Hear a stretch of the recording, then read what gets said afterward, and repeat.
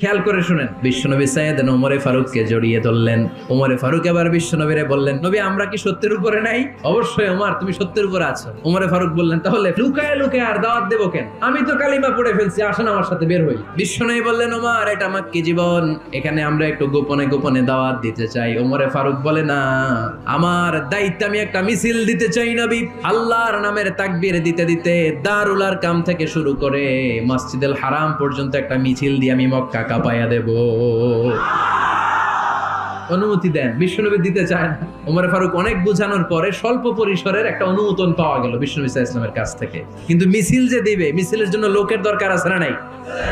এখানে লোক নাই, আমি একাই মিছিল দিতেছি, এটা জমবে? মিছিল জমবে?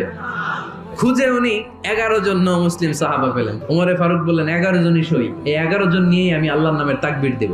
2 লাইন করলেন, পেছনে 6 জন, আর এই লাইনের নেতা বানালেন বিশ্বনবীর চাচা হামজাকে, আর সামনে